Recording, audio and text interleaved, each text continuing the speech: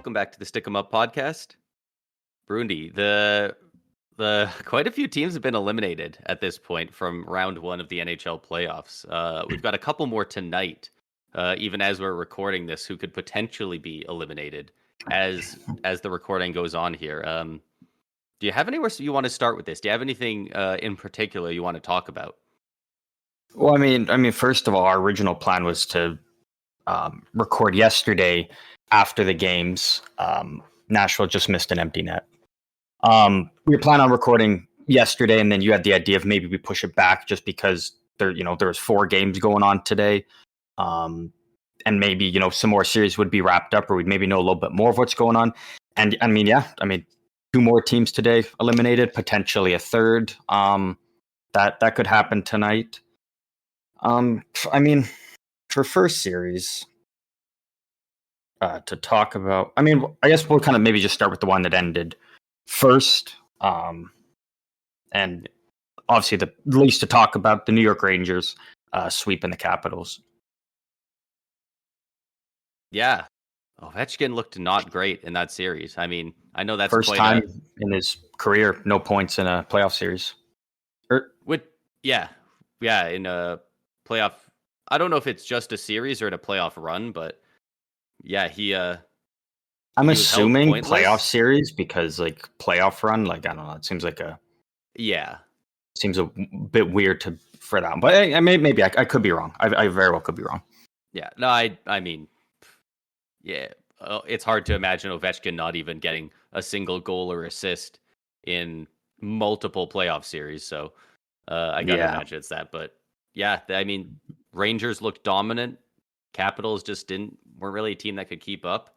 TJ Oshie coming out with a myriad of injuries and stuff after they got eliminated.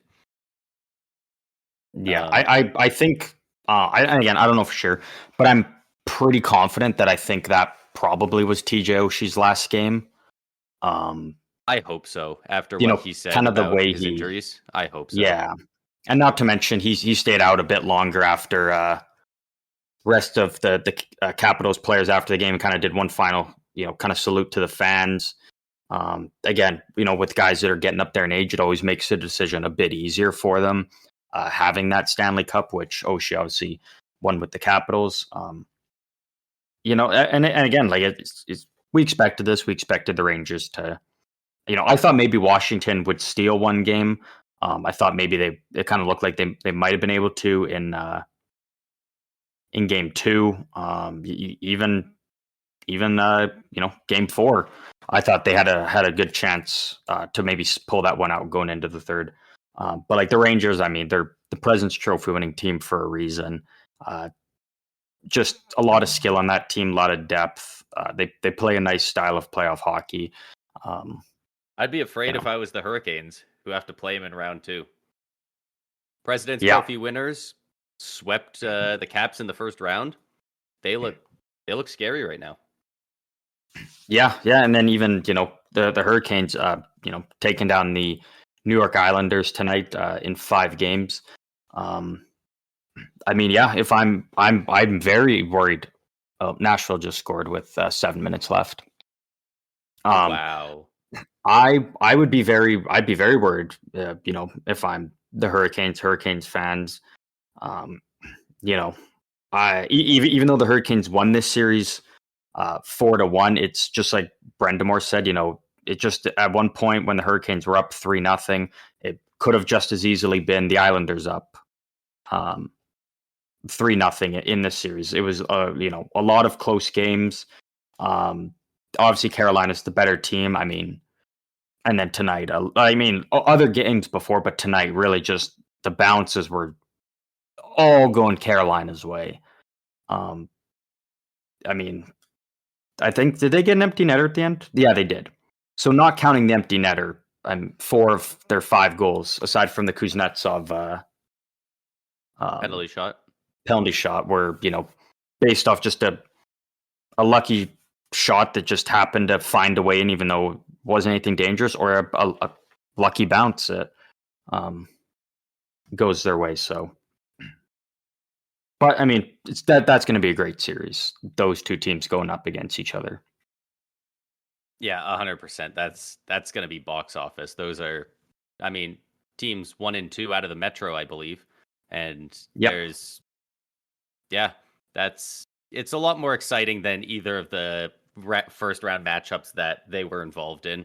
I think it's pretty fair to say, as far as it feels like it could go either way, a lot more.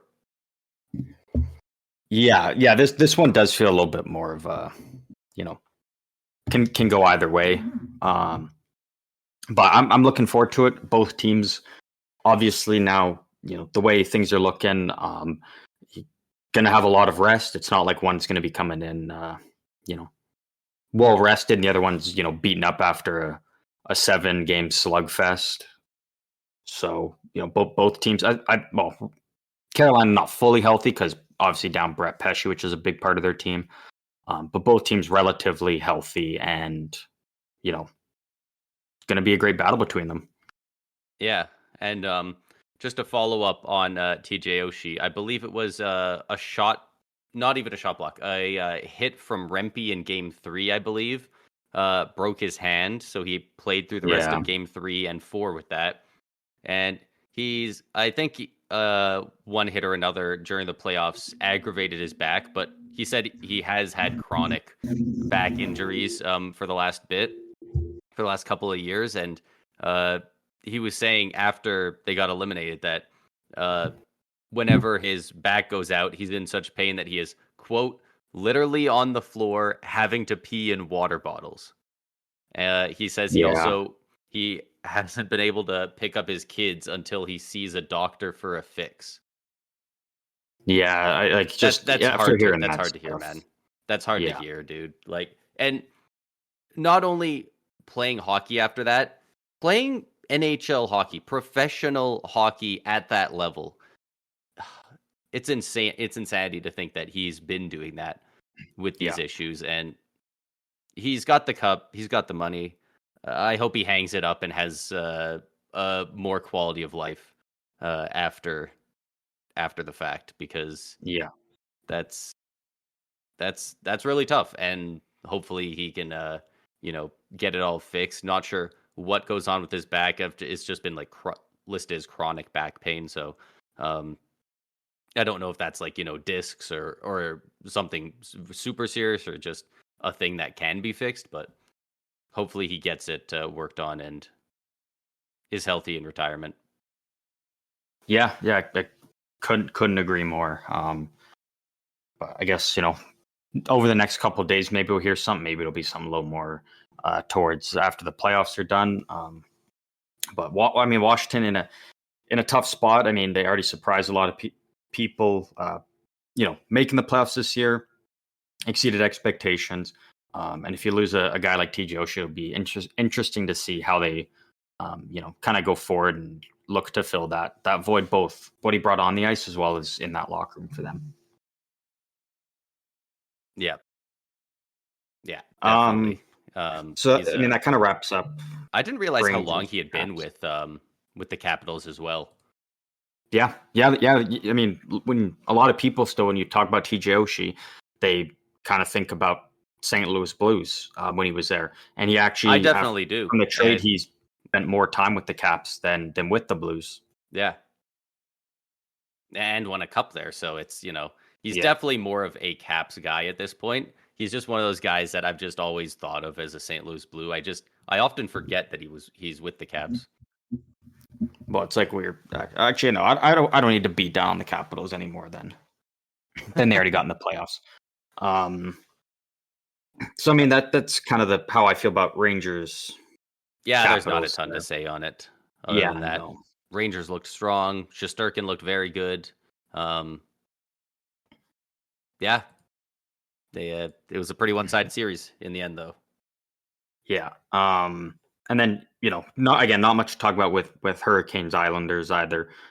One thing worth noting, as of tonight's game, Game 5, Lou Lamoriello became the all-time playoff games by like a GM, hitting that with 325 NHL playoff games where he's been the general manager Wow.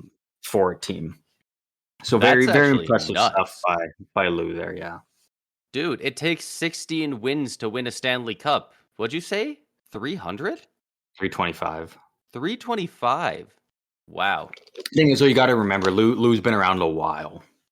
Oh yeah, Like but it is like a lot of playoff games, but like he's been around for, and he's always, you know, not had great teams, but he's always had good enough teams to get into the playoffs. And yeah. I mean, he's you think about it, Eric, I think he's been around at least 35 years, I would think. I don't know for sure, but then yeah, I don't know. I mean, he's yeah, been around that's for a really while, so impressive. but yeah, nonetheless, still very, very impressive. Yeah. The Hurricanes very solid in their win over the Islanders in that series. Uh Varlamov looked fantastic for them, for the Islanders. Sorokin not so much, unfortunately. Um Yeah, that's a big thing with that series is they made that go like down 2-0, going back to going back home, going back to Long Island for Game 3. We were talking about it. It made sense to go with Sorokin and try and change something up. Obviously, Sorokin, when he's on his game, is the better goalie. You hope maybe he can find his game. Ended up getting pulled in that one. Then you start to think, man, you know what? If they went with Varlamov, could that have been a different game? Could the Islanders have maybe won that game? And then it's a 2-1, and then it's a totally different series from there. yeah. But nonetheless, Islanders they weren't really getting the goals that they were needing in some of the games. Kind of in playoff games, you want to hope to at least have 3 goals by the end of regulation, and the Islanders weren't able to do that in 2 of the 5 games. Yeah. I guess it's time we probably talk about the Panthers Lightning, huh? Hey, you said it, not me. You brought it up, so yeah, I guess we got to now. I'll let you kind of maybe take more.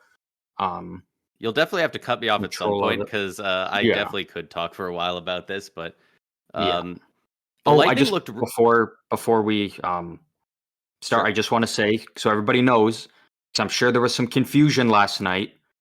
Steven Stamkos is not dying. He is not going to die. That is it. Like I get it was all about him, potentially playing his last game as the Lightning. But the announcers were making it sound like dude was about to retire. He was about to die. Like this was the end of Stevens. Like it was so tough to listen to. I just wanted to put that out there for anybody who was possibly worried, because that's what the announcers were really kind of pushing there. Yeah, they were really talking about it a lot, and to be fair, it was a very important game for them. The 100%. the Tampa Bay Lightning org and Jeff Vinnick, the owner, flew out. I think it was between 200 and 300 full-time employees from Amalie and the Tampa Bay org, flew them all out to um, the Panthers arena to watch that game in case it was Stamkos' last game. They brought a whole bunch of their employees out to be able to witness Stamkos' last game, if it is his last game in a Lightning jersey. Which isn't a great sign doing that. Like it kind of shows like maybe there's a little bit of lack of confidence that Stammer is wanting to come back maybe then. I wouldn't read into it that much on that. I think it's more of a nice gesture and a proper send off if that's the case. As far as they've talked, everything Brisebois has said is he wants Stamkos back. He just wants to know what the cap's going to be for next year. Of course, the year after this, the next offseason, Victor Hedman will be up, so he's got to find room for that as well. Because if you got to pick between one of them, you obviously have to go with Hedman. Like as much as it would suck, like yeah, you need Hedman back there on the blue line. Yeah, hopefully they can get them both. I think they can definitely do it. I think they should be able to. I definitely think so. Yeah, I definitely think it'll get done with Stammer. It's just a matter of, because they haven't talked about it at all, right? They don't even know where each other stands. They might go into contract conversations to be like, oh shit, both sides might just go, oh shit, that's what you're thinking? Done. So it Yeah. could be easy. It could be really tough. We'll see how close the numbers are. Uh, 5 goals in 5 playoff games for Stamkos this series. Adds another assist for 6 points. Uh, Dude was heart and soul out there. He was easily Tampa Bay's MVP, only even arguably to Vasilevsky. Yeah. Dude looked phenomenal out there. Gave it everything he had every shift all series. Um, the Lightning looked good in multiple of those games. They didn't look fantastic in the first 2, which is unfortunate. They got behind the 8 ball. The Panthers, credit to them, they looked incredible the whole way. Yeah. Especially in the later games, having lost Sam Bennett, who, aside from Kachuk, is like their most built guy for the playoffs. So to do it without him as well is extra impressive on their part. Yeah, and there is one thing I want to talk about because I do want to get your opinion on it because blatantly, is it cheating? No, it is very much not cheating. But I do. A lot of people have varying opinions on this, and I want to get yours. So, for the last, call it 4 or 5 years, Tampa Bay has been one of the best, if not the best team at managing the referees. That means that Steven Stamkos has an incredible rapport with the refs. They love him. And John Cooper knows exactly when to take penalties. This is Yeah. one thing that we truly missed when we lost Pat Maroon. He was so good at knowing when, this is a safe time in the game for me to go take a boarding, a roughing, a holding penalty. And then now we have an extra penalty, so the odds are a little better of the refs calling the next penalty on the other guys. Because as not every game ends 4 penalties here, 4 penalties there, but generally they even out. Yeah. So Tampa Bay has been very good at that over the past several years. The Panthers manage the refs in a different way, in a way that feels less honorable, if that makes sense. They simply just commit a child playing EA Sports NHL games levels of infractions. They just go out there and commit 60 penalties per 60 minutes and know that the refs aren't going to give them 60 penalties in a game. They just go out there and they just do whatever they want, and they take a good amount of penalties. But, the refs are only calling every 6th, 5th infraction because you can't just have them be down literally the whole game.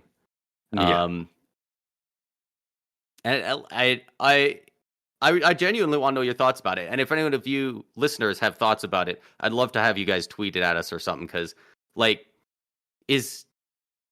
is it just one of those situations where it's just refs call the game? Just if they commit 20 in the first period, just call them all and expect them to clean it up, or else they'll always be on the PK. Is that how you deal with it, or is it something that every other team just needs to adjust to, and that's just how it is, right? Yeah, and for anyone listening, if you want to let us know your thoughts, you can do that by checking us out on any of our socials on Instagram, Twitter, and TikTok. SCU Hockey, 3 simple letters, hockey. You can find us on there, and then let us know your thoughts just on this situation in general, or anything else outside of this. Just talking about hockey. Feel free to reach out to us. Let us know your thoughts, and we might talk about it on here. We might just reply back to you guys privately. We can do it either way. Yeah, I'd love to know people's thoughts, because it's, and obviously I'm very aware that I am coming off as at the very minimum a slightly salty Lightning fan, right? Like it's so easy to hear this coming from the guy whose team got eliminated 4-1 and a day ago, and be like, okay, well, he's just upset. But dude, that Panthers team, they got a lot. You know the big names, the Nick Cousins, the Sam Bennetts, the Matthew Tkachuks, but dude, they're 10th. The guy on their team who has the 10th most infractions was still clutching, grabbing, and hitting people without the puck a lot. I was pretty surprised, and we all know that the Panthers are a tough team. They're a playoff built team. Everyone says it. So yeah, what are your thoughts on this, Brundy? Is that just good gamesmanship? Is that something the league might want to take a look at? So I'm just confirming that I've got these numbers right. Because I can't imagine they play like this in the regular season. Like if they play a hard game, but like the amount of stuff they're doing in the playoffs, there's no way. Like every other time the Lightning played them in the regular season, it wasn't like that. They clearly do it as a playoff style. So my first thought is, looking at the refs and certain things. A big part of it is knowing your officials and knowing the way they see the game, the way they call things. A team that was really good at doing it is the Carolina Hurricanes. Our dad is obviously a massive, huge Islanders fan, and so I was watching one of the games with him, and there was an instance where it was an instance where Islanders got a penalty for something, and a little bit later, Carolina did the exact same thing, and there was no call. And he was wondering, why wasn't that a penalty? They'd do it, and I noticed it right away. And the difference was the Islanders they're tougher. You do something to Carolina, the first thing is the guy falls. He falls down, and that gets the ref attention. That's a penalty. When Carolina does it, the Islanders didn't fall over. They stood their ground and just took it. And then the times that the Islanders did go down, it was a penalty. And Carolina picked up on that and just kept falling and falling and falling, and we're getting the calls. And the Islanders weren't doing that. They tried to push through with it. It's like if they took a dive every now and then or just fell, like they would be getting more calls their way. Yeah. With Florida, I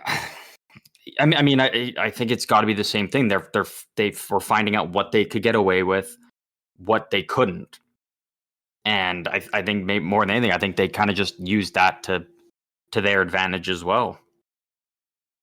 I think a big part of it is just knowing your officials, because in the playoffs you kind of got the same crop of refs kind of going around together. So you kind of know who you're going to get in the way that they do, because you obviously see them, numerous times over the seasons. And yeah, I think it's just knowing your ref and the way they see the game and what they look for more than anything. Yeah, that's interesting, and I definitely noticed that. I've watched, I think maybe two or three of the Islanders Hurricane games, and the Hurricanes fall down a lot anytime there's big contact. They especially was it Slavin that had that one really bad embellishment on a slash? That was bad. That was really bad, because then and he's known as a guy who wouldn't do that kind of stuff too, which is kind of interesting. Almost makes you wonder if maybe Brind'Amour knows something and has picked that up on the way. Because you could make the argument of like, oh, we just got him on a really sensitive area. It wasn't a hard slash. But then there was a later game where he ended up drawing a penalty doing this again. But he got a breakaway, and whatever defenseman on the Islanders tried to go for a stick lift, missed, kind of caught him in the chest, rode up and smacked him right in the face. And dude barely even whipped his head back. And he kept just motoring. And it's like, so you take a little tap on the back of the leg and you're falling, but then you get whacked in the face and you go, it's just, yeah. But yeah, again, like Florida's a good team. I definitely kind of thought the refs were a bit more on their side, especially in Game 5 there. Yeah, wow, dude. But Bobrovsky, they called back a goal because Duclair kind of got pushed into the goalie, like not cross-checked, but like the defenseman just kind of backed up into him, and Bobrovsky very slightly got hit. I don't think it was enough or recent enough for it to make the goal get called off, but they called it off. And I guess after that, it just clicked in his head that like, oh, I can just not be scored on if I'm messed with, because the later one was so bad. For the guy comes over and gets pushed into him, and he barely touches Bobrovsky's pad, and he lifts up his hand and he throws his stick at the ice. And he just throws his stick down like, oh, this guy made me lose my stick. His blocker hand never got touched. And also, the Mhm. goal was scored on his glove side, way across the crease. Yeah. But like, he just got bumped by Sorelli, and he just dropped his stick, and it was like, So man, now th- now now when the goalie's doing it, it's like, geez, what's going on? and this is why I'm kind of excited for if we do get um Carolina and Florida, which is a very it's very possible.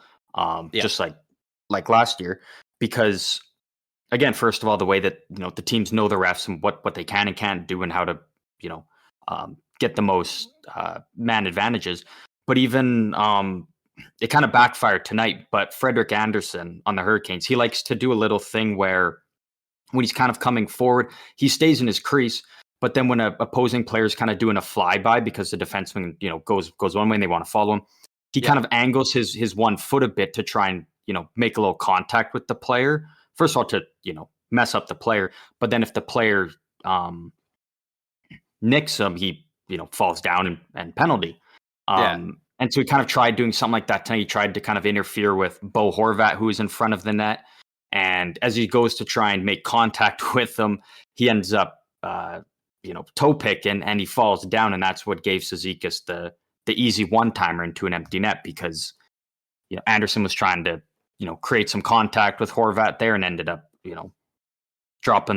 taking his eye off the play and yeah, falling and giving an empty net. But yeah, like watching that was, especially in an elimination game for Tampa, that's a yeah, very tough,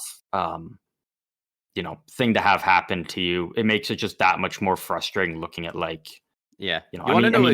even the Jets tonight, the own goal. It's those things in the elimination games you look back on, and it's just like, man, if that didn't happen, you think of what could have ended up happening Yeah, from there. you want to know a goofy stat as well?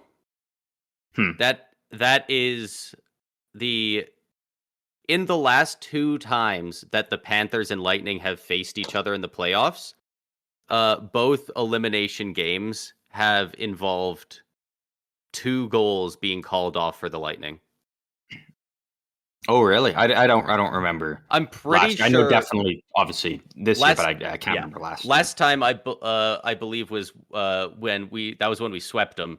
I believe it was in Game 4 that uh we had two goals called off. One because like 30 seconds earlier in the play there was a brief moment where the puck barely hit the netting, like way up in the air. And they Oh like yeah. that was a notorious one because that was like a 12-minute review to tell if it touched the netting. That one was Oh, brutal. okay. I do And remember that one now. I yeah, and remember then that one. That was a there long was a review. hand pass off of face off that we scored on as well. Um, but yeah, that was just an interesting throwback that I was like, geez, that's a very random thing to happen twice. But and Yeah. it I do want to say, these goals, these kind of controversial things, they suck for the Panthers too. Because the Yeah. Panthers should be able, for all purposes, be able to walk out of the series going, and I'm sure the players are, but for people arguing online, they should be able to go confidently, we were the better team, we won, no ifs, ands, or buts. But instead, there's so many people talking about these called off goals because the refs kind of made it about them a little bit when it really shouldn't have been. The Panthers were Mhm. very much good enough to win that series, and even if we do, they still might win this game if they don't call either of those off, or even just one of them off. And even Yeah. then, they probably win the series, even if we do win that game. So it does Yeah. suck that for both sides that narrative is there now because Yeah. it should be Panthers Lightning. It should not be Panthers Lightning featuring the refs, Mhm. which is always annoying when it gets made Y about them. Yeah. Yeah, like, when you watch a series, you want it to come down to the better team won. Like, even if, it's not like, "Oh, the refs helped them win every game." It's especially in those elimination games that you just kinda really look at and you're like, "Man, I just wanted to see both teams go at it and really not have the refs, dictating things in a certain way that can really influence the game." You want it to be an even game and just see both teams bring their best and, the better team come out on top. So I totally get what you're saying there. Yeah. Also, I can't believe I haven't talked about this yet, but holy fuck. Sergachev came back for game 4 and 5. Yeah. 79 days after he fractured his tibia and fibula. Two very large bones in your leg. Yeah. Well, the two most important, your lower leg, like, and getting surgery, and yeah, they absolutely just There's he no way must he have the was same doctor as Mark 100%. said. He dealt with the same guy who did a lot of the physiotherapy for Stamkos when he broke his Stamkos. leg. Yeah, because Um, Stamkos was the same thing. yeah, So and that's that. It's absolute madness that he came back that soon. I don't think he was fully healthy, but uh, the eye test didn't show he was injured at all, personally, which is insane. yeah, I can't imagine it's fully healed after that amount of time, but no, luckily it doesn't appear at the moment like it got any worse. So hopefully he'll be completely mhm. ready to go next season. Um, Yeah. Well, I and he mean, if was he a can go out massive in part of that game 4 game comeback win. 4, yeah. So Well, and I mean, yeah, if he can come back and play in playoff games and in practice, like, it shows he's already ready to be back on the ice, which is a huge step because now it means he's got all the way from now until, later in September to just, keep rehabbing, keep getting better. And the fact he can already be on the ice shows that, yeah, he'll be back and fully ready to go, fully healthy come the start of next season. yeah. Um, Um, do we want to move on to Bruins yeah, Leafs? might as well finish out the East. At Obviously, the we don't have time to. of We're not going to go too far into this, just because this one's not done. Like, we're still going to be able to, later in the week, we'll be able to come back to this one as well again. yeah. So at the time of recording, it is 3-2 in the series for Boston. The Maple Leafs staved off elimination tonight in a 2-1 victory. Matthew Nyes getting a nice OT winner. Just great get to the net, get the rebound. They put Wool in net for this game, and Yeah, he saved their season. yeah. He He put looked on a freaking show. looked so sharp. He made an incredible save in overtime a couple minutes before the winner. Um, yeah, dude stood on his head. Matthews still out, did not play in game 5. Um, Was I- pulled from was it game 3? 4. No, game 4, didn't play the third period. Um, I mean, like, there's. I don't want to talk about the series too much because, like, I know we're going to come back to it, but, like, there's a lot. First of all, Bull stood on his head tonight. One thing really worth acknowledging in game 4, with his power play goal, Brad Marchand has officially become the Boston Bruins all-time playoff goal scorer leader. I believe it was 55. He passed Cam Neely. So huge congrats to Marchand, because that's incredible, especially an original 6 team. I was gonna say that's insane, That's a dude. This lot team's of had Bobby Orr, Phil success. Esposito. Like, Yeah, they've had some great players come through, and the fact that Marchand now um, stands alone at the top is very impressive. Worth knowing, though, some of those other guys, I don't think the playoffs were as long as they are now for back then. I could no, be wrong, but, like, still, nonetheless, that's really impressive for Marchand. Happening in that same game is obviously the huge, blow up that happened on the Leafs bench. Between Matthews, Marner, and Nylander, with Nylander saying some very choice things to his teammates, but obviously stuff that needed to be said. yeah. I've seen a lot of discussion. What do you think what was Matthews' role in all that? I'm not sure exactly. He seemed to be on a similar page to Nylander to me. Yeah, I think so. Okay. That's the way I interpreted it. I know some other people view it a bit differently. Um, you know, Yeah, for those who that's haven't just the way seen it it, goes. But Nylander is I'm not exactly sure what he's saying, but he's clearly upset and complaining about something. And the lip reading is pretty easy on that. Basically, it's, stop crying. We're not in fucking junior hockey anymore. yeah, that's what Nylander says to Marner. Yeah. Some When people think it was to Matthews, but I'm pretty sure it was I'm pretty sure directed it was to towards Nylander, Marner, or to from Nylander to Marner. because Marner Marner was looked slamming his gloves Yeah, behind the bench. he kind of spiked his gloves down behind him like 3 seconds after Nylander says that. Also, how Um, embarrassing is that like, you have to turn on fucking Pick 'em Up now for your next shift? He's making too much money. They got to have an equipment guy going and picking it up as soon as he spikes it down. Actually, yeah, you're probably right. Nonetheless, there's clips going around of them earlier today at practice, both hanging out on the bench, smiling, laughing. They're clearly having a good time. Yeah, They're competitive guys, and they want to win. Yeah, Nylander wants him to focus the hell up, and the reason Marner's upset is because stuff didn't go his way, and he wants to win as well, right? It all comes down to they all want to win, and it wasn't going well, so they were upset. So I think people are reading into it pretty hard, but I mean, at the same time, 100%. it is. At the same time, it is, you don't see that from a ton of teams with a great winning culture, and obviously the Leafs don't have that. They have the worst winning culture, really. St. Louis Blues were last in the league at one point, and they had two teammates full on drop their gloves and throw haymakers at each other during practice, and they won the cup. Like, it's people read into it a little too much. Like, I don't read into this a whole lot because I also think, like, these guys have been together for lots of years together on the Leafs. Like 6 like years. They're the core, they're best like friends. Years. Yeah, like they're best friends, they're buddies.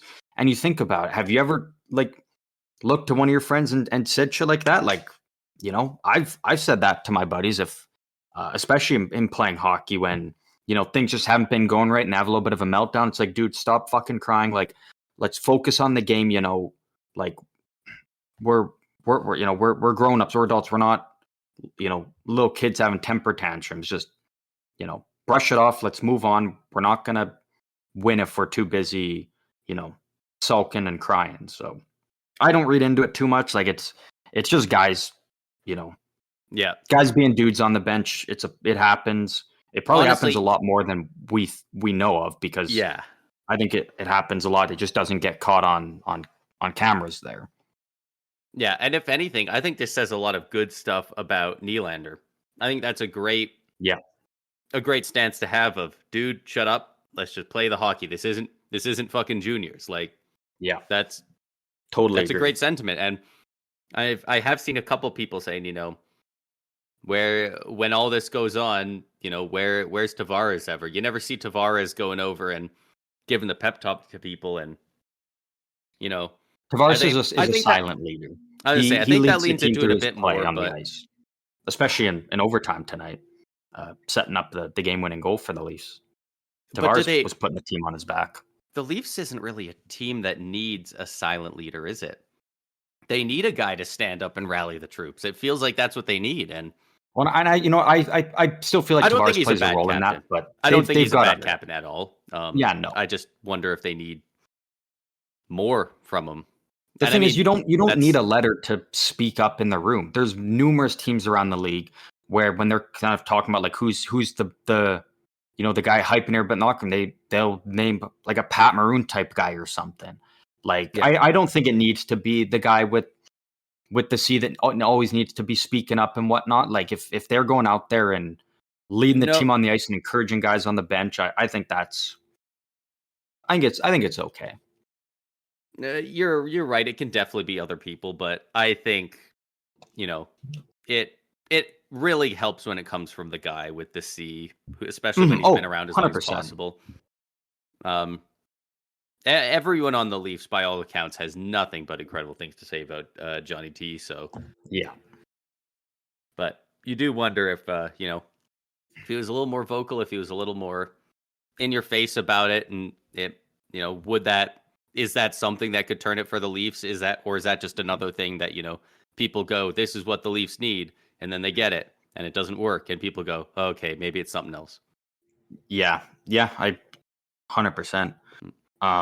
Obviously, Toronto winning tonight does force a Game 6 that will take place on Thursday. So by the time the next episode comes out, that game will have concluded, and maybe we'll know whether this is going to another Game 7 or if Boston wraps it up in Toronto.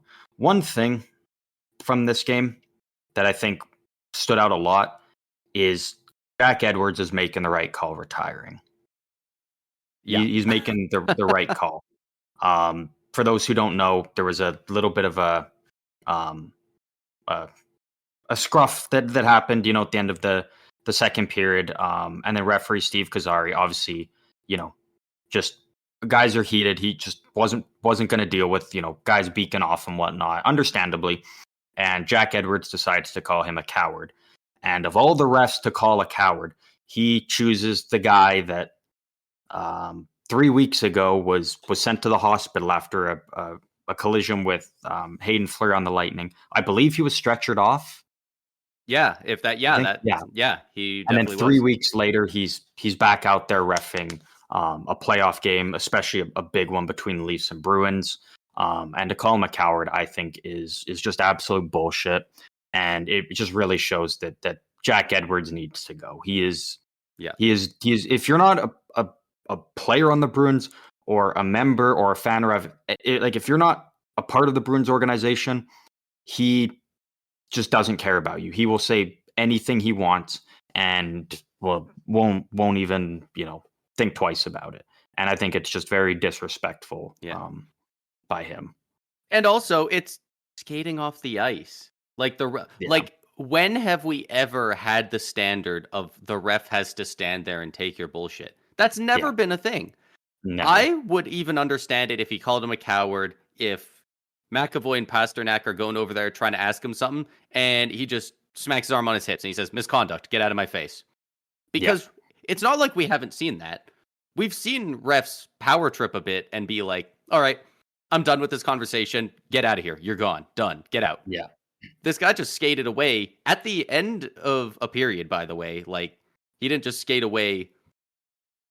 Yeah, like regular it was player end of does the, anything yeah, end or of in the between period. plays. So it's a very weird take. You also but know that's that not he new would- with Jack Yeah. Edwards.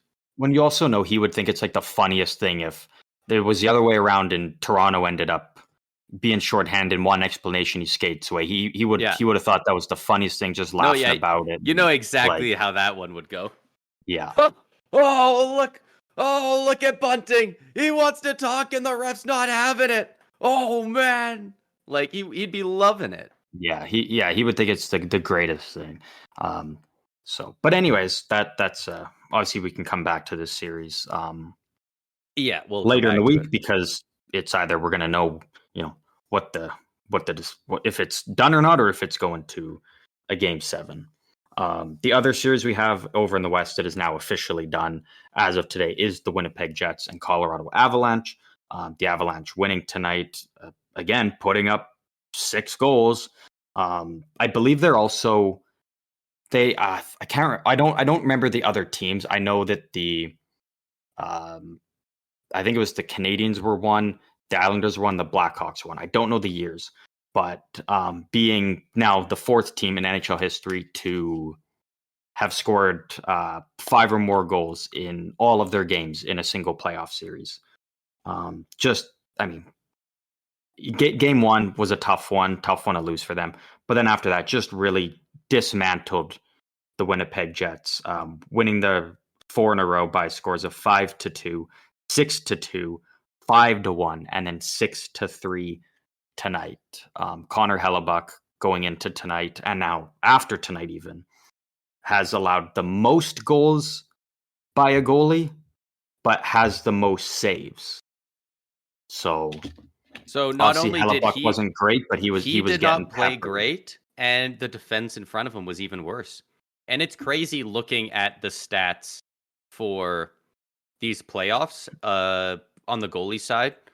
We'll talk about the leaders a little bit later near the end of the podcast, but I've got it pulled up here. And as far as goals saved above expected for every goalie who's played in the playoffs, Connor Hellebuck is the worst out of all 23 goalies who've played a game in the playoffs this year with a minus 2.6.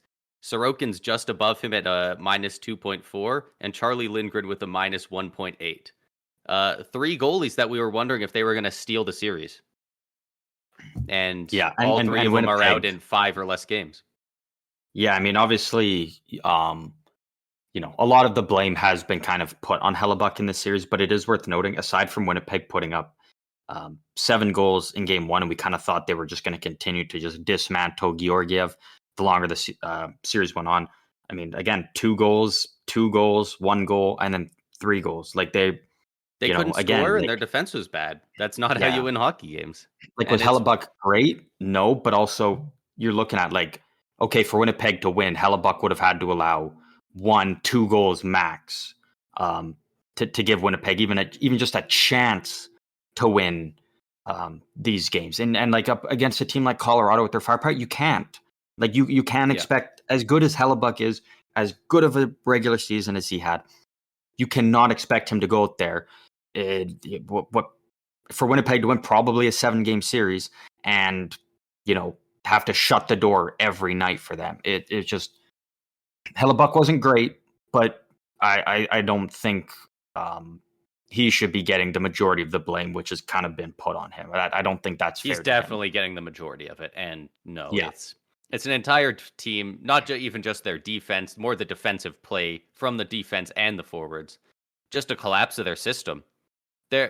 How long did they go from like December into January without where they let in like 3 or less goals for like, was it like 20 some games? And then they're just getting shelled in the playoffs. Like they weren't able to play their defensive style of hockey. Yeah. And I mean, like, credit to the Avalanche. They, what I thought was going to be a tough series for them, they came out and just really, again, dismantled the Jets, really showed their problems. Like Winnipeg, they're a big team. They should be built for the playoffs, but we didn't see that from them. And really nice for Colorado now having this wrapped up in 5 games. Obviously playing the winner of the Dallas Vegas series, which is now tied up at 2-2. That's going to be a Colorado nice going to be second getting round. Yeah, Colorado round getting matchup. lots of. They're going to get lots of rest now, and they're going to be very rested up and ready to go. Come the second round, and then speaking of Dallas, and they're going to need it because moving to the Stars and Golden Knights, those are 2 heavy teams. These guys suck to play against. Huge for Dallas to now. We were worried about them last episode, going down 2-0, losing both games at home to Vegas, and then they go into Vegas. They steal tough 2 in their barn to play in. That building, just rocking. There was one point where the announcer goes over everything. The arena noise is background to the announcers. Couldn't even hear the announcers. Like the arena was just that loud at one point. Yeah. One of my buddies is actually in Vegas right now, and he was there for Game 3, and he sent me a video from inside, and like electric atmosphere there. I don't like Vegas. I think I've made that clear, but what an incredible playoff atmosphere they got going on there. So that's huge for Dallas to take not 1 but 2. Yeah. Couple years in a row now, I believe the player surveys done by the NHL Players Association. Vegas, I think, is like 3 years in a row now with winning the award for toughest arena to go play in. Like people are like, they're a great team, and it is hard to play in that building. Like, yeah. So to be able to go win the 2 games there and tie up the series is huge. I really don't know which way this series is going to go. I really like the Stars, but it feels so similar to the Jets-Avs series. The way I feel going into it, at least, I was like, I like the Stars' chances, just same like I did with the Jets, but this Avs team, this Golden Knights team, God, they're just a couple of teams that feel a bit inevitable a lot of the time. I don't know about that. I think Dallas is right in this now. Like if they take, they could easily win the next 2. Like they could lose the next 2. They could. Like I don't think it's, I think if maybe Vegas was up 3-1, I'd be like, okay, yeah, Vegas is like a team to maybe really watch out for. But I think it's pretty close, but like I'm giving it like a 60% chance to go to Vegas. I want it to be the Stars. Do not get me wrong, but this Vegas team, man, they're so resilient. Just putting out there, because obviously we kind of didn't talk about Winnipeg too much, being out now. All of the teams that, are being eliminated, as the playoffs kind of go on, we're going to have less and less matchups and games. And then we're going to have time to kind of go back and kind of look back at more of the teams that have been eliminated and, what went right for them, what didn't, and maybe we'll kind of speculate on what kind of changes we could see from them. So, if we didn't talk much about your team, we will be coming back to them. At some point. We're trying to just focus on making sure we kind of cover every series here and we don't go super long with time because with 2 a week, we want to keep them a little bit more condensed and on focus because avoid the 2 hour we love episodes. because sometimes we can just yap for hours on end. So, I said yap and my Siri came on. Even she's telling me to shut up. But yeah, and especially as we get into the second round when there's only 4 series going on, that's already half as many games and then gets cut in half again in the conference finals. There will be a lot less to cover. So there will be more time to talk about the eliminated teams or what teams will look like going into the off season. All that kind of stuff. I'm sure we'll have plenty to talk about if Marner's gonna stay with the Leafs or not. Stuff like that. Exactly. And then the only other thing really with Dallas is really like Dallas the way they looked and played in games 3 and 4. The start to game 4, those hits, incredible. Logan Thompson coming in and just stood on his head and gave Vegas every chance to win game 3 and go up 3-0 in the series. That's huge for them to be getting goaltending. That especially when Aiden Hill did it last year. Now maybe Logan Thompson does it this year for them. That's so huge for them to get that strong goaltending against a really, really deep Dallas Stars team that has a lot of offensive weapons. Yeah. When you think of Dallas and you think of top players, their top point getters, goal scorers, the names that come to mind for people is Robertson, Hintz, maybe even Heiskanen, Duchesne, Pavelski, Wyatt Johnston. Last year 24 goals, 41 points in 82 games. Did he get played all 82 games? Yeah, 32 goals, 33 assists for 65 points. So far in the playoffs, he has 3 goals and 1 assist. I know he's young. He's 20 years old. So I'm not going to say, he's super underrated, but he is a guy that if Dallas goes on, if they get past Vegas and go on a run, Wyatt Johnston is going to be a huge factor. Guys like that are a massive difference maker, especially that young, already being a big time player in the playoffs. Those guys who play second line minutes or on the second line, but they can produce a top line score. Those are the guys that wins championships. Your Evgeny Malkins. Most teams he's a first line center, but when you have Crosby, you can't be. So having guys like that, your Draisaitl's, that changes it for a team. Especially when you've got a kid that young that can rip the puck as good as anyone. 20. A great shot. But he had the overtime he can winner, also, right? Yeah, which that was a phenomenal shot. But he's also one of those guys that can get into those kind of gritty areas and score some of those other goals kind of in and around the net. He can score, he's not a one-trick pony. He can get the puck in multiple ways. So I really like that for Dallas, and I'm very excited to see how the rest of the series goes because it's the only series out of all 8 that has hit 2-2.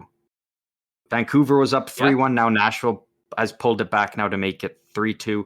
All the other ones didn't even make it to that point. All teams going out in 5 or less games.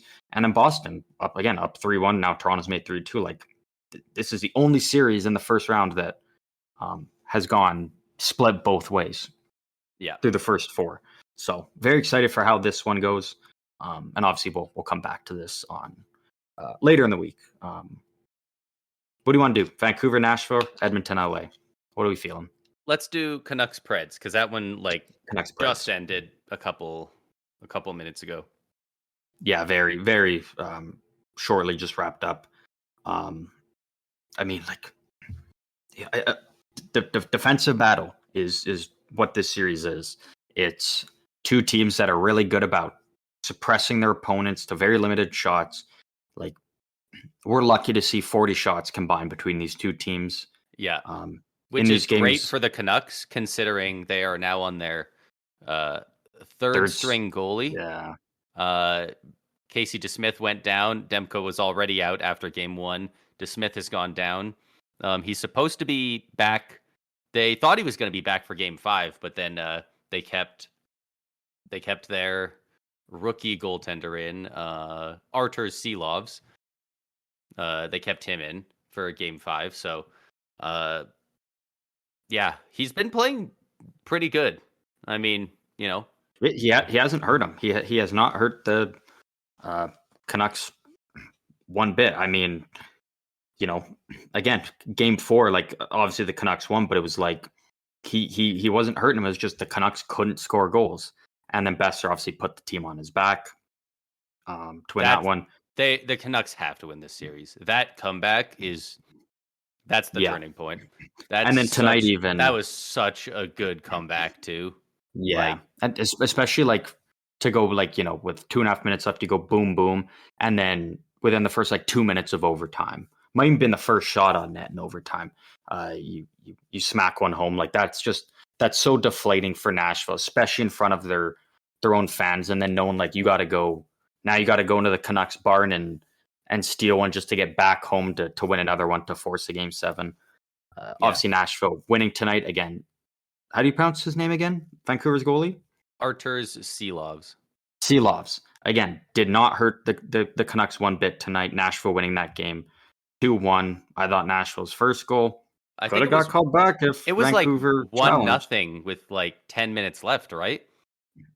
Yeah. Like they they did a rather similar thing, They just made the comeback and won the game in the last 10 minutes in the other team's building. Like that's like Silovs had a 909 save percentage, 22 shots against, 20 saves, 2 goals against. Like well above league average this year. It's not hurting the Canucks. The Canucks' problem when they lose is it's just Nashville's a good defensive team. Like the Canucks they're going to have to totally revamp the way they think if they win, assuming they play Edmonton, because then that's just going to be fire on all cylinders, offense go. But in this one, they kind of got to play Nashville's style of hockey and grind out these games right till the end. And up 3-2, I think they're fine. Should be. I think they'll close it out in Game 6, if not in Game 7. Preds are very much still in the series, but well, this reminded me exactly. Yeah, and this reminded me exactly of what Bieksa was talking about. Going back to when Vancouver went on their run in 2010 when they played the Predators, and it was the Canucks were up 3-1, Game 5 in Vancouver, and they were just really thinking like, man, they wanted to win, not only to win to move on, but the last thing they wanted to do is make that long trip back to Nashville just for one game.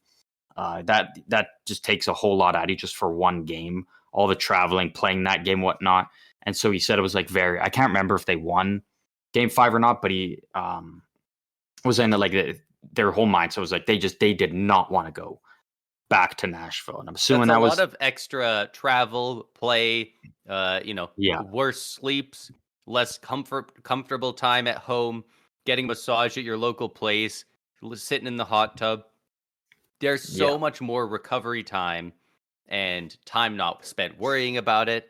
Like getting that time off can really help. And in some cases, we have also seen it really hurt.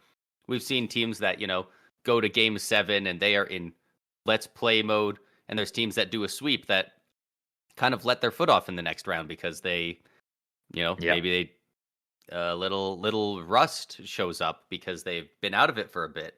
It's always hard to tell what's really an advantage, but it makes a lot of sense to want to be comfortable and not be doing all that extra crap if you can just win out game 5 or 6. Yeah, I totally agree. And then obviously this is another one of those series that by the time we come out the next episode, we'll know whether this is going the distance to Game 7 or if Vancouver does finish it up in 6. Yeah. Last one, Edmonton, LA. Edmonton up 3-1 in the series. We'll know tomorrow whether we're going to a Game 6 or whether it's done and Edmonton takes it in 5. What are your thoughts on this one? I think there's a very good chance the Kings take another game, but I think it's going to be pretty tough for them to come back against this Oilers team. Well, Yeah. this is the last series, so we will be talking about the playoff scoring leaders in a sec. But spoiler alert: McDavid's having an incredible playoffs, putting up a ton of Yeah. points. Um, their top guys just score so much, don't they? Like it's so hard to stop. Like Yeah. Like if you give Edmonton a power play, it's like just already just, you know, put down a goal for them pretty much, yeah, it feels like. if you see McDavid starting to get a break and you're within arm's reach, like yeah, you just haul him down in any capacity you can. You would even Yeah. rather risk McDavid himself getting that penalty shot than you would them getting the Giving them a power power play. play. Yeah. They are so dangerous out there. If this was, you know, looking back at Oilers teams from previous years and whatnot, if this was a situation, Kings are down 3-1, I think there's a chance the Kings could come back. But it's the fact of game three, Edmonton just slaps LA around 6-1, like just dominates them. And then game four, they win 1-0 off Stuart Skinner getting his first career shutout as well in the playoffs. But it's like the fact that Yeah. they can go out there and just beat their opponent into the ground like that, win a game, but then they can also go out there and win those gritty 1-0 games, those nail biters, those close dog fights till the end. Really just shows how good this team is and how you know whatever situation the game is in, the way the game is going, they can adapt to it and they can play to that style and they can execute it. Um, I do agree. I think LA goes into Everton. I think they do steal game five. I just don't see this Kings team rolling over. I think they've got a lot of fight in them, Yeah. and I think they can get it done. But like in terms of coming back to win this, it's I think honestly I think Tampa Bay or the Islanders had a better chance of coming back down 3 Yeah. nothing than LA does from 3-1 here against this Oilers team. Sorry, Yeah. Kings. I don't. Yeah, They're it's they're tough. coming out It's of tough 3 years in a row a bit of a against them. rebuild. They know I would that. call it a retool. It was more of a retool because they still really kind of kept a lot of their They kept a some of couple their of those core old guys. pieces, but it's a very different squad than Oh yeah, 5 or 6 years ago. Like at this point, it's basically just Kopitar and Doughty I guess that are now, still yeah. around.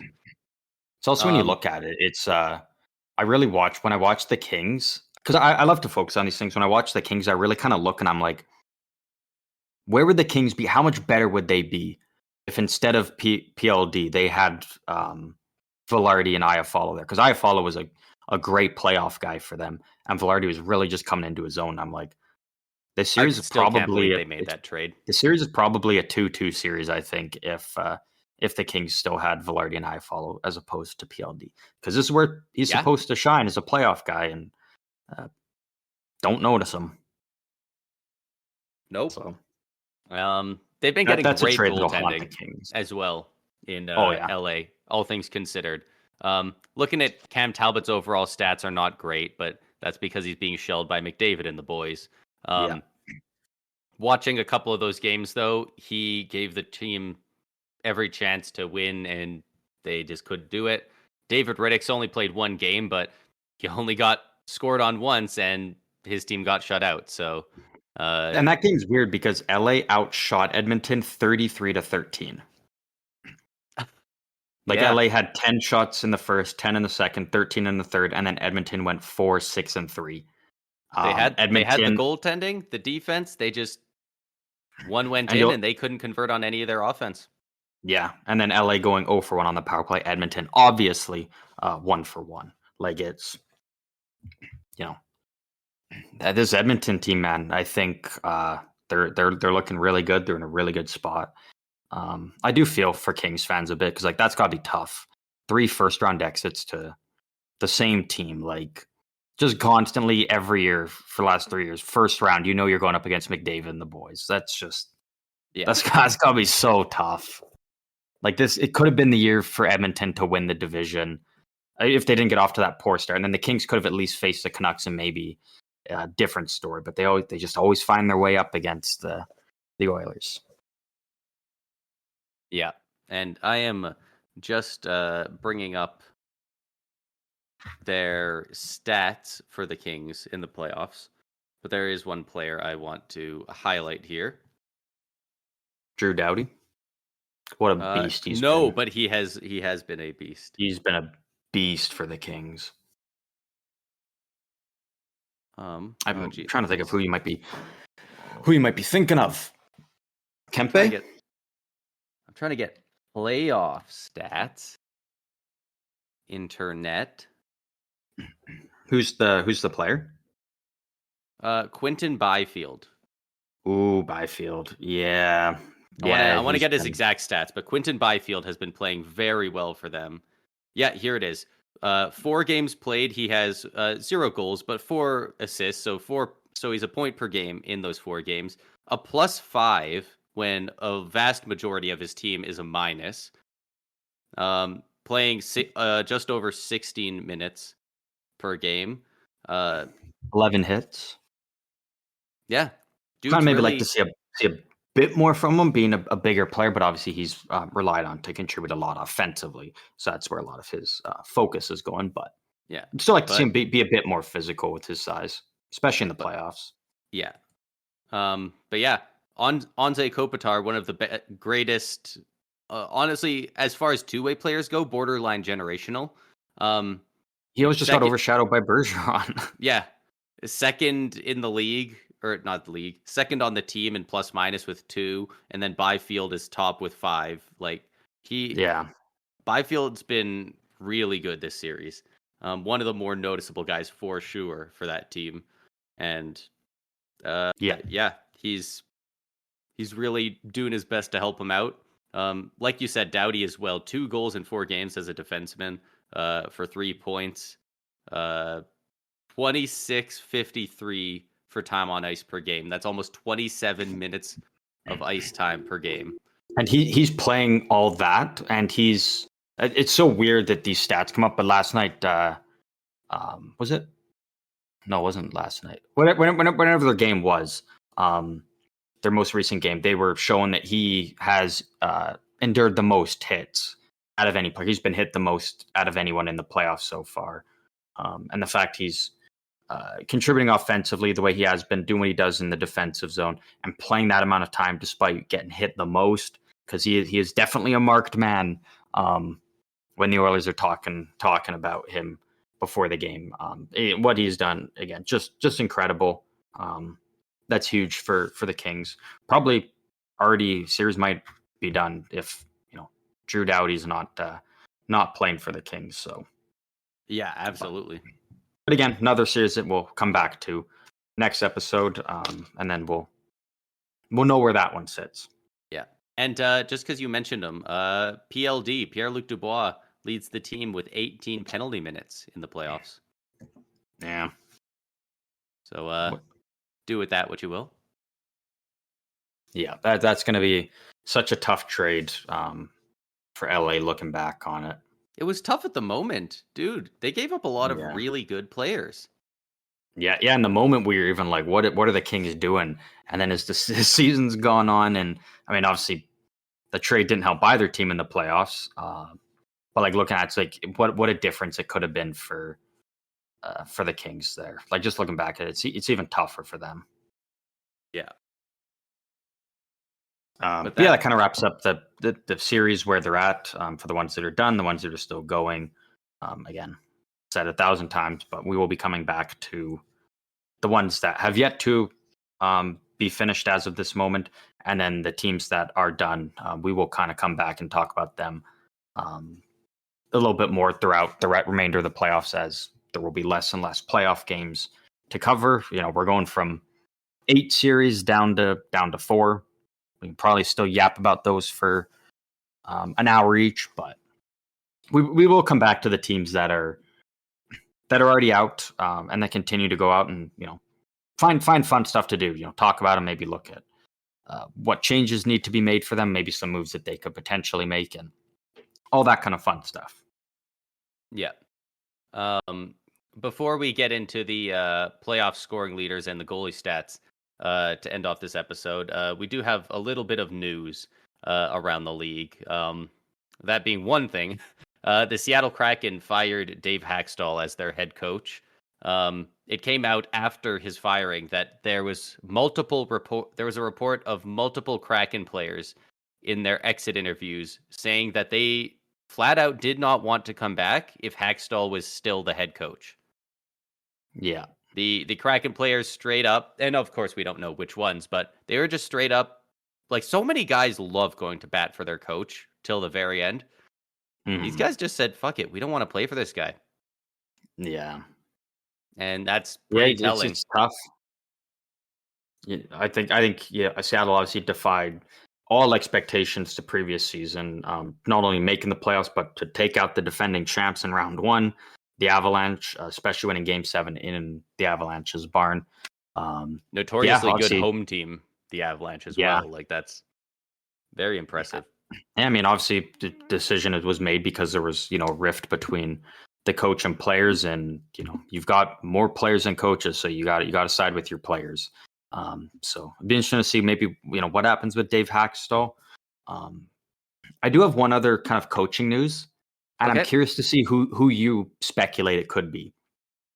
Nothing's confirmed, but this is a rumor from Kevin Weeks stating that there potentially could be one current NHL head coach that might surpass Mike Babcock's record deal that he signed with the Maple Leafs at $7 million. There's reports that a current head coach might sign a deal that'll be worth more than Babcock when he got his $7 million. I'm curious to see who you think that coach might be. Is it like a free agent coach, or is it? It says current NHL coach. So I'm assuming it's a coach that's already with their team and re-upping and signing a new deal. I gotta imagine it's one of the ones that's had a lot of success. John Cooper, Paul Maurice. Who's the head coach in Colorado? Is that Jared Bednar? Yeah. So my first thought was Rod Brendamore with Carolina, but then I started thinking about it more. I think it very well could be Montgomery with. That would make a lot of sense. That would make a lot of sense. It also wouldn't surprise me though if it's just straight up Vegas with Bruce Cassidy. Yeah, wouldn't surprise me. They just gave him the Star and the Moons.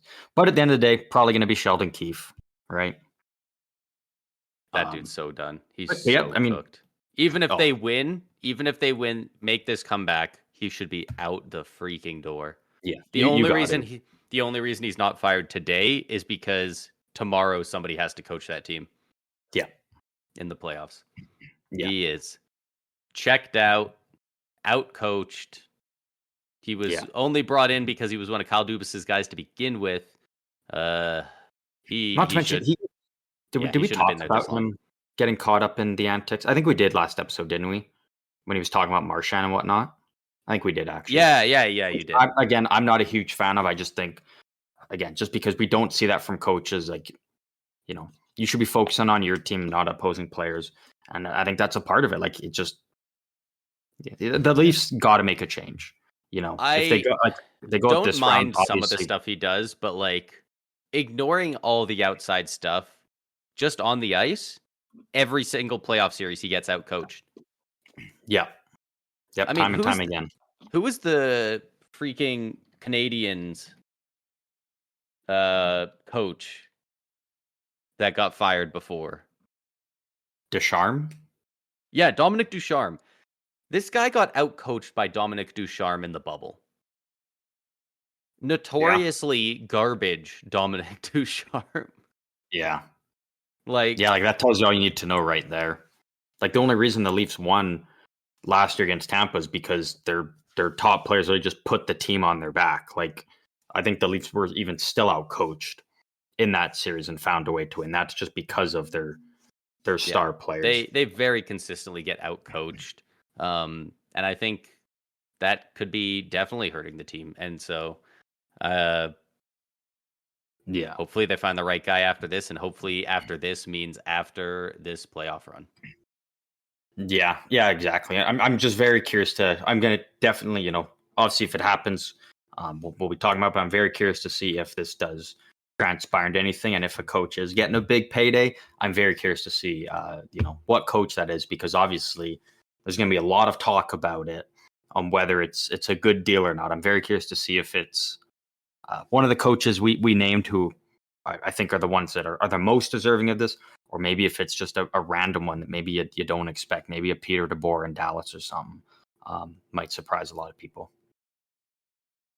Yeah, definitely could be. I'm very interested to see who it is. I am currently trying to Google when John Cooper's current contract expires.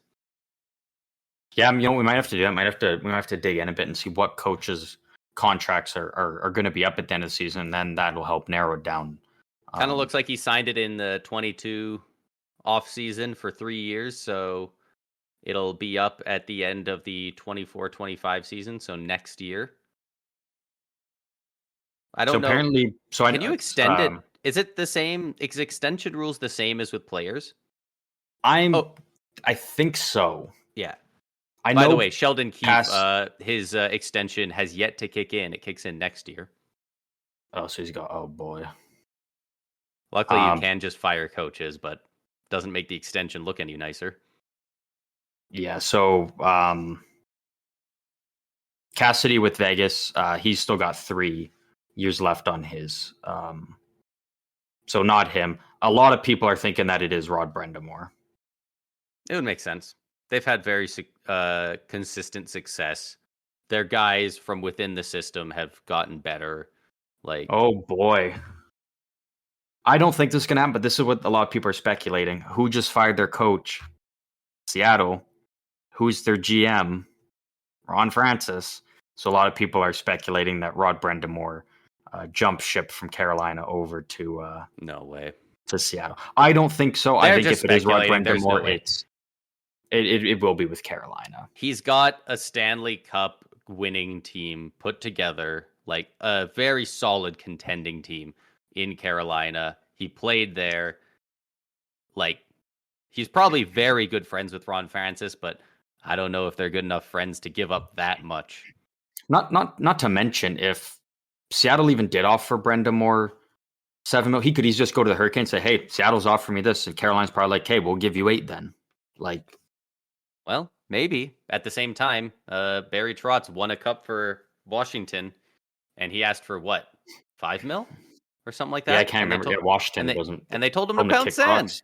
Yeah, and they immediately dropped off. Like, and not only that, the Islanders went from kind of garbage to back-to-back conference finals.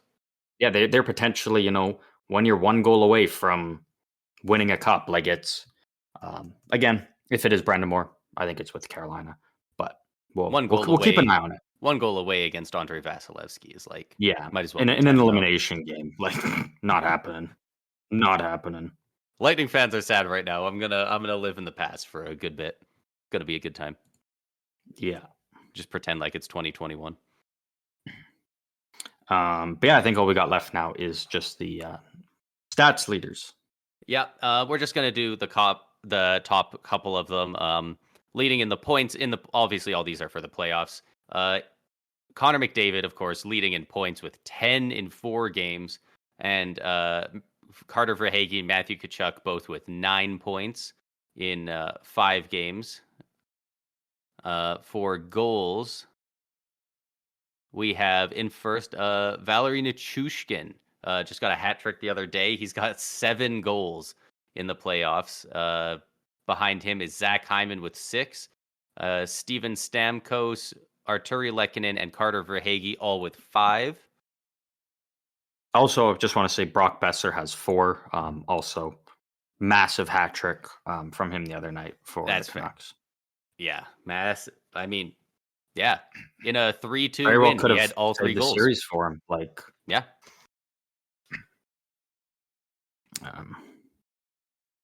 What else we got? What other?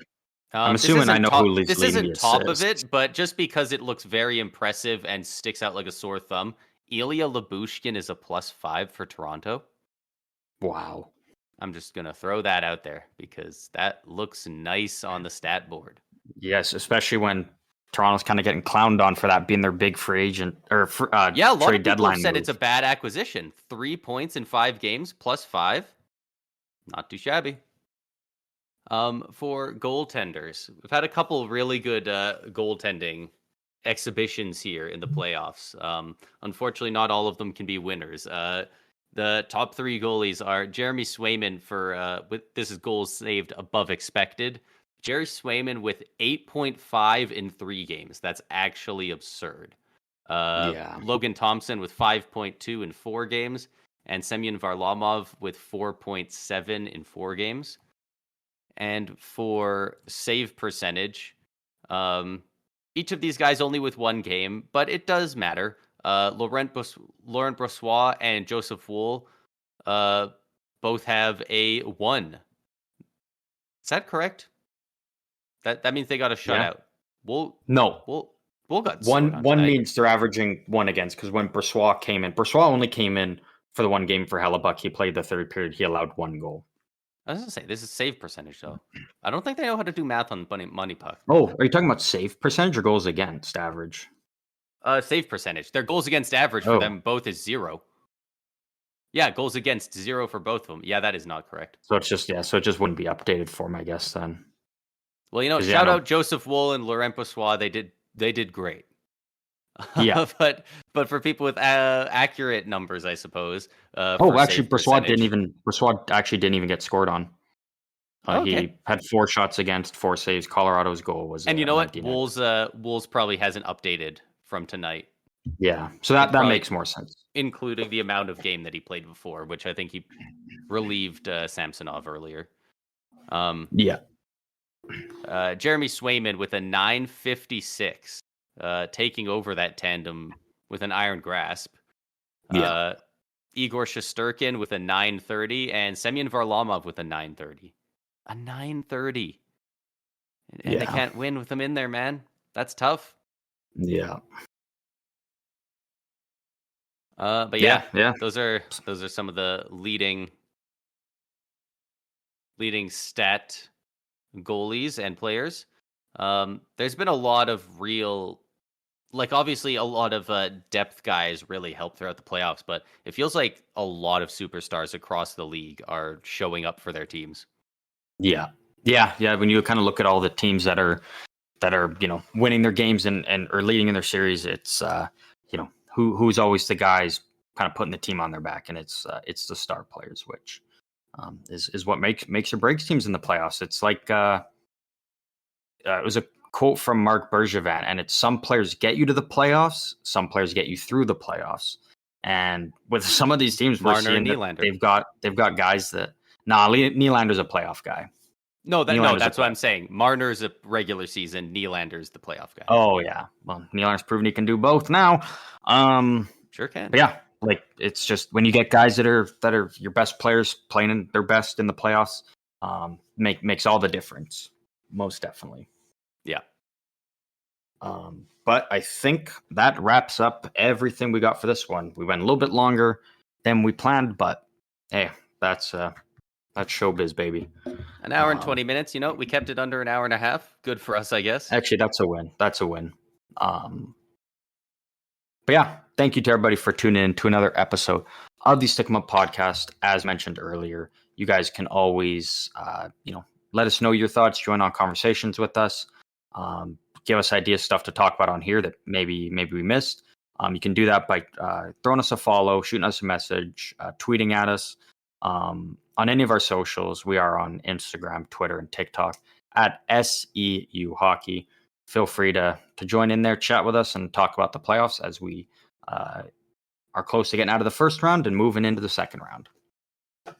Yeah, the playoffs have been really fun to watch, even despite my team getting dumpstered pretty handily. But it's been really fun, and especially this Toronto-Boston series. I'm very excited to see how this unfolds because, yeah, I tell you what, that really passes the buck if Toronto gets out of the first round 2 years in a row, and 2 years in a row Boston gives up a 3-1 series lead. Yeah, that might be grounds for passing a bit of a curse there. Yeah, that would be huge for the Leafs, and maybe it's gonna be tough because the winner goes up against Florida, but.